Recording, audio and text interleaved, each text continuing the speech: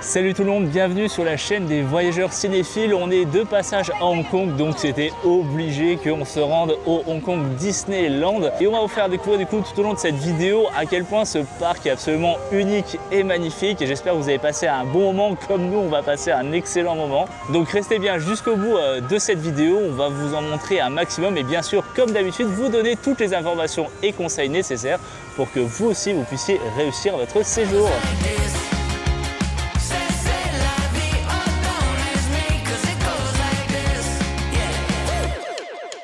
On va tester le Jungle Cruise qu'on n'avait pas fait en Floride parce qu'il y avait énormément d'attentes. Mais là, on va pouvoir enfin le faire. Et ce qui est cool, là, on vous rassure, il y a bien une version anglaise. Donc vous allez pouvoir comprendre la visite quand vous venez ici. Il y a une double file d'attente. La file d'attente en chinois, en cantonais. Et la file d'attente... Ah non, il y a cantonais, mandarin et anglais. Bon, bah c'était une découverte vraiment sympathique. Petite croisière sympa. Puis l'animateur fait tout le temps des blagues, donc c'était vraiment très fun.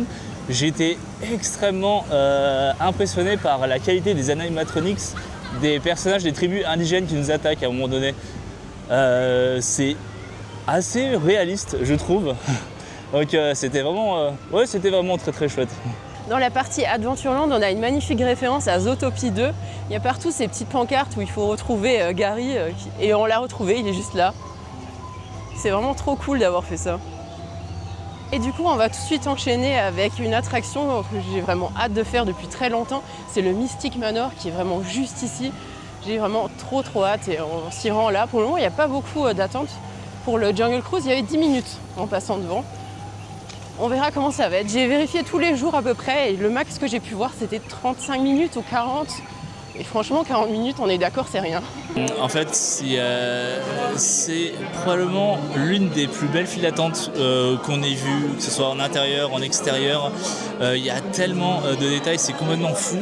Les portraits sont vraiment très beaux, avec des dessins, presque on dirait des dessins faits à la main, quoi. C'est des dessins faits à la main. Mais là, on est du coup dans la file d'attente et Danny Elfman vient d'apparaître. Voilà.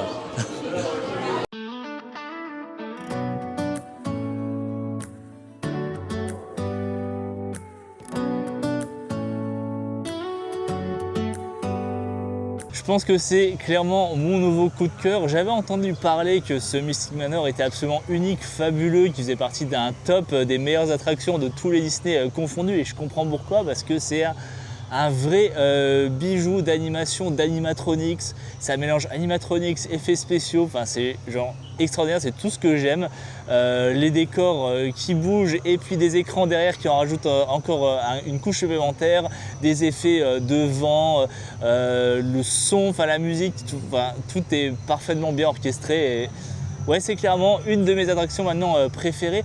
Et comme ça, on croirait que ça ressemble un peu au Phantom Manor, un classique qu'on connaît. C'est vrai qu'il y a des petits rappels comme une salle de pré-show avec un ascenseur qu'on sent pas du tout. Ça qui est quand même extraordinaire, c'est qu'on est monté, qu'on se retrouve dans une autre salle.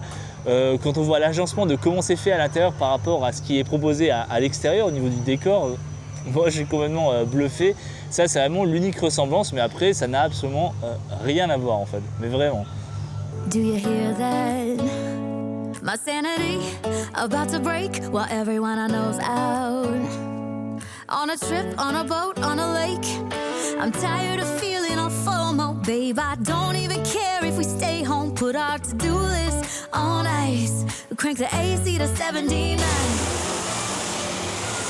Autre petite attraction inédite qu'on n'a encore jamais vue, c'est cet espace en fait d'animation avec des Boîte musicale. Voilà, des boîtes musicales, voilà.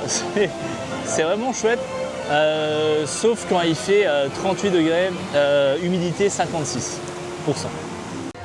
En fait, on arrive à la période probablement la plus chaude et humide à Hong Kong. On commence à arriver vers début juin.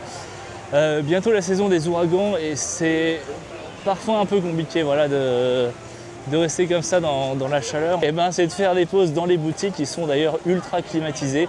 Même Les files d'attente sont climatisées selon l'endroit où vous êtes.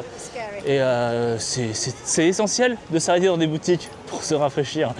Et voilà, du coup, on va tester le World of Frozen qu'on avait découvert une première fois en Floride. On a du coup raté évidemment l'ouverture à Paris. J'espère que ceux qui sont à Paris, qui ont été à Paris en tout cas, vous appréciez ce qu'ils ont fait de nouveau. Nous, on va sûrement le découvrir l'année prochaine, peut-être dans un an, on verra. Mais ce qui est vraiment cool, c'est qu'ici, il y a 2 attractions. En Floride, il n'y en avait qu'une, c'est la même du coup qui est à Paris, mais ici, il y a une attraction supplémentaire. C'est parfait. Et puis le décor est juste extraordinaire avec la montagne, avec le château de glace de Elsa, les collines de Hong Kong. C'est vraiment extraordinaire. On adore vraiment ce parc.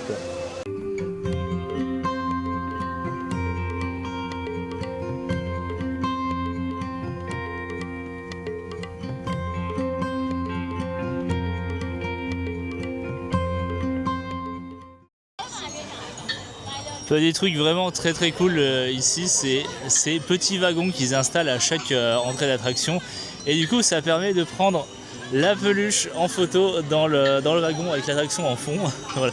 Et franchement, c'est ce détail qui m'a donné envie d'acheter cette peluche, mais absolument unique. Du coup, le singe du Mystic Manor.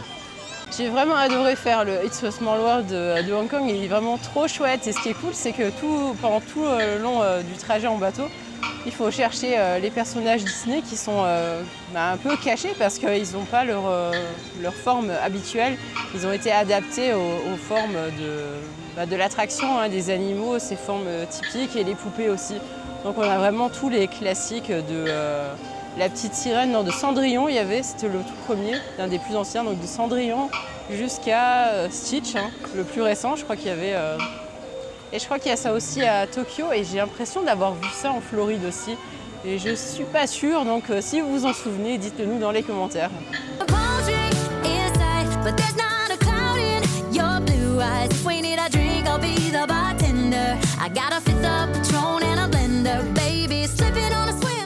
Alors comment dire, Hyperspace Mountain, je m'attendais à quelque chose d'énorme parce que bon, comme à Paris, ils nous ont aussi thématisé sur le thème Star Wars. J'ai presque l'impression que c'est quasi la même chose, sauf les sensations en fait. Il n'y a pas vraiment de sensations, c'est plus secoué dans tous les sens, c'est pas très agréable en fait. Donc on s'attendait à une chute, il n'y avait pas eu de chute, on s'attendait à un looping, alors encore moins de looping. Bref, est-ce que ça vaut vraiment le coup de faire de l'attente s'il y a par exemple 60 minutes d'attente? Absolument pas. En tout cas pour ma part, j'aurais pas fait 1 heure pour ça si je l'avais su. Non, je le sais maintenant, enfin bref. Donc voilà, on a attendu que 15 minutes. C'est très bien comme ça. Bon alors du coup, la Ironman Experience, c'est la même chose qu'un Star Tour, enfin le même principe en tout cas. Mais franchement, l'expérience était vraiment cool. De toute façon, Star Tour, j'ai toujours adoré. On l'a toujours fait plein de fois en espérant avoir plusieurs types de voyages. Parce qu'ils promettent plein de voyages différents et en fait, on en a vu peut-être 3 ou 4 max. Enfin bref, ici, je pense qu'il doit y avoir qu'une seule version. Mais ce qui est cool, c'est qu'on survole la baie de Hong Kong, que l'attraction se situe un peu dans notre monde réel. On quitte vraiment l'expo Stark de Disney pour aller dans un Hong Kong un peu futuriste. Et c'est vraiment très cool. Franchement, on a beaucoup aimé. Et à noter quand même également la qualité de la vidéo que je trouve mieux que les Star Tours. Enfin, en tout cas, je trouvais que c'était moins saccadé au niveau de la 3D. Je trouvais que c'était beaucoup plus fluide. Après, c'est peut-être juste ma mémoire qui flanche, je sais pas. C'est juste l'impression, mais qualité de vidéo irréprochable en tout cas. Et on a attendu encore une fois même pas 20 minutes. En fait, depuis le début de cette journée, le plus longtemps qu'on a dû attendre, c'est peut-être 25-30 max. Et encore, je suis même pas sûr. Enfin, c'est cool de pouvoir venir ici pendant cette période. Alors certes, il fait chaud, certes, ça peut être un peu lourd, ça peut être un peu compliqué en fait à supporter. Mais en tout cas, c'est au moins la garantie qu'il y ait peu de monde. Et puis on est en semaine, donc on a choisi les jours jeudi et vendredi. On verra ce que demain ça donne. Oui, puisqu'on y est quand même 2 jours. Enfin, je vous expliquerai ça un peu plus tard dans la vidéo. Vous inquiétez pas, je vous donnerai toutes les informations nécessaires. Mais voilà, il faut vraiment y venir 2 jours. Et vous savez quoi, on a payé 10 € de plus pour venir le 2e jour. Oui. Bon, l'attraction Ant-Man et la guêpe. J'avoue qu'encore une fois, je m'attendais à autre chose. C'est juste un sorte de Buzz Lightyear, mais en un peu plus moche quand même, parce que bon, on va pas se mentir, hein, tout ce qui est décor robot, machin, c'est pas super joli non plus, quoi. Donc pas trop, voilà, ça nous a pas forcément branché. Du coup, petite pause snack. Alors, c'est des frites avec de la bolognaise de par-dessus et une sauce fromagère. Est-ce qu'on peut faire plus bourratif et plus gras? Je ne pense pas.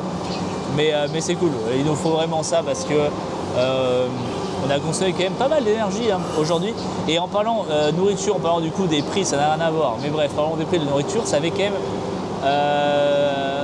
assez bizarre de passer de Disney Shanghai avec des prix qui sont franchement plus que corrects. On vous en parlait dans notre vidéo Disney à Shanghai. Et là, Disney Hong Kong, je pense qu'on est plus proche des prix français. Genre là, cette assiette-là, c'est plus ou moins 10 €. Donc je sais pas, dites-moi dans les commentaires combien ça coûte des frites, par exemple à Paris.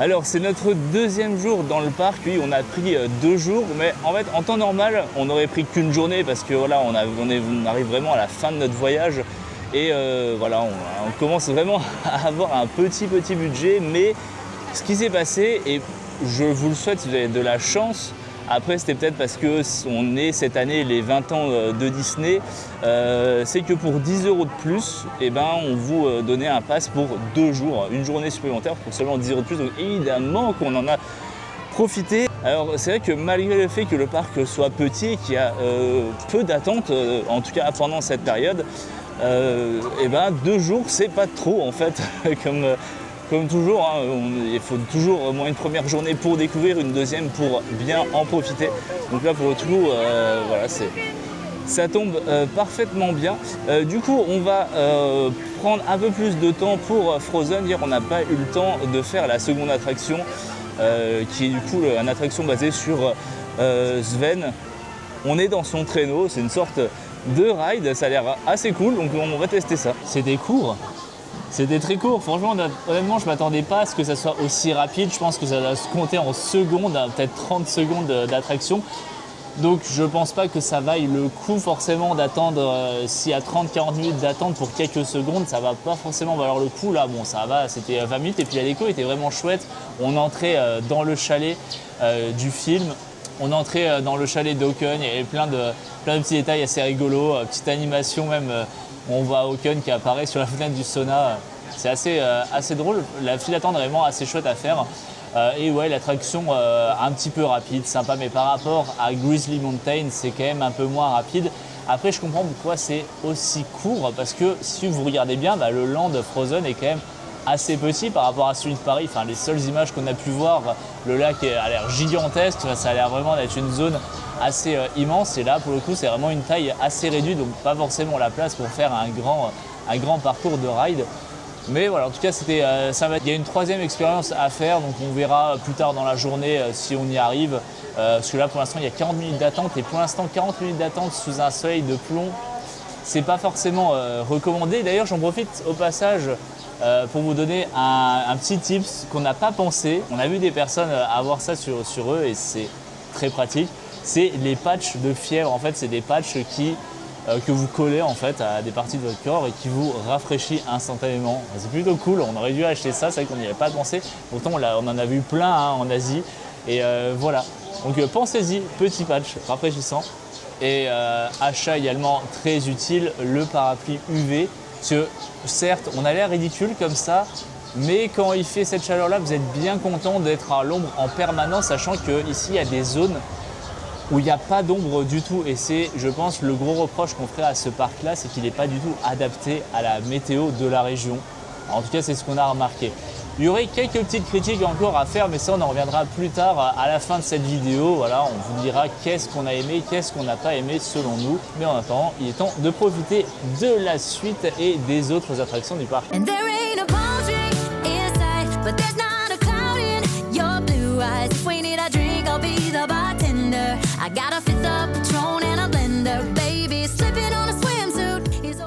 Maintenant j'en profite aussi pour vous donner quelques petites informations pratiques. Bon, il n'y a pas vraiment grand chose à savoir si ce n'est qu'on vous conseille de réserver vos billets Disney sur Klook ou sur Trip. Vous avez forcément une réduction, surtout si vous utilisez notre code d'affiliation que vous allez retrouver dans la description de cette vidéo. Par exemple, une journée dans le parc, normalement ça a coûté dans les 75 €, quelque chose comme ça, et nous on a eu 4 € de réduction.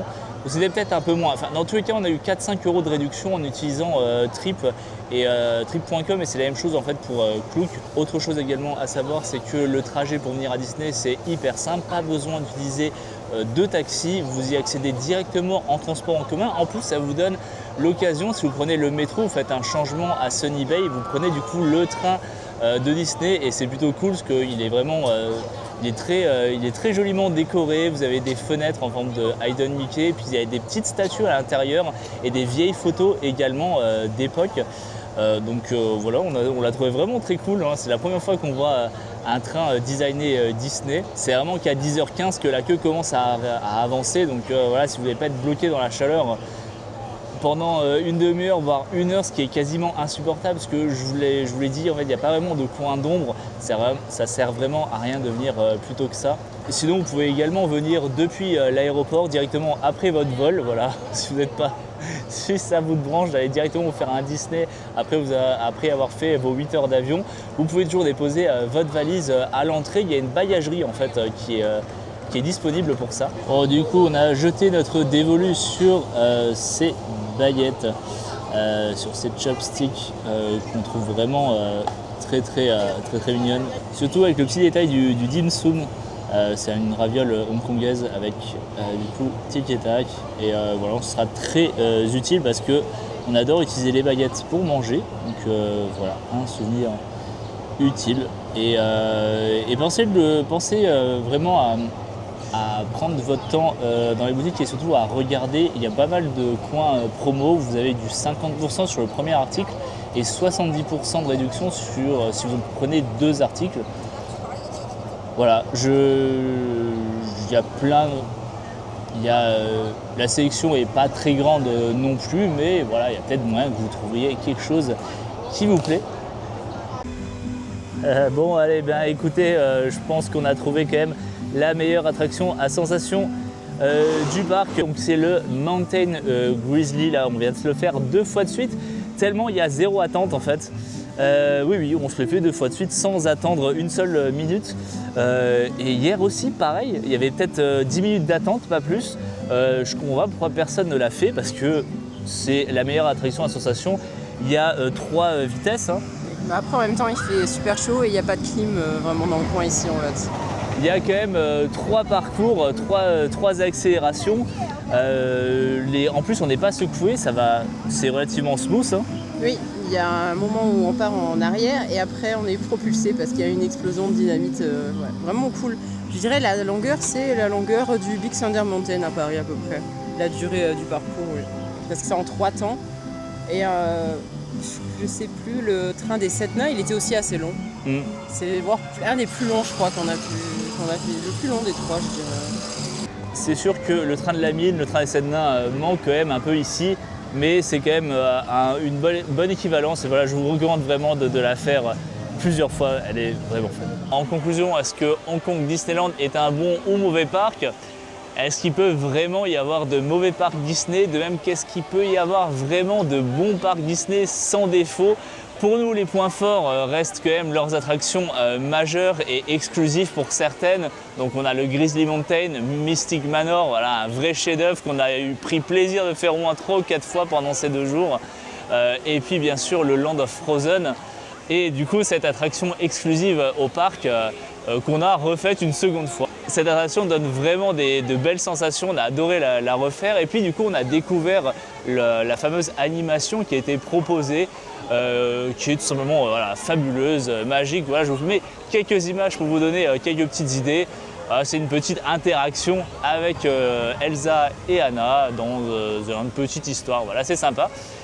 Les points noirs, je dirais le Tomorrowland, qui n'a pas vraiment d'intérêt, on n'a pas vraiment eu de coup de cœur, aucune attraction qui nous a vraiment emballé. J'étais quand même assez déçu par la Ironman Experience, je m'attendais à, par exemple à un coaster hein, comme à Paris, que j'ai toujours pas testé d'ailleurs, ou de même que l'attraction Space Mountain, voilà, qui, voilà, bof, ça tombe à plat, c'est pas grave. En tout cas, ça nous a fait vraiment plaisir de découvrir ce parc et j'espère que vous allez le découvrir aussi à votre tour, ou si vous l'avez déjà découvert, dites-le nous dans les commentaires, qu'est-ce que vous avez aimé ou pas aimé. Et puis en attendant, on se retrouve dans une prochaine vidéo, éventuellement notre vidéo Shanghai et Disney Shanghai qui est déjà disponible sur la chaîne. Et je vous dis à bientôt pour de nouvelles découvertes.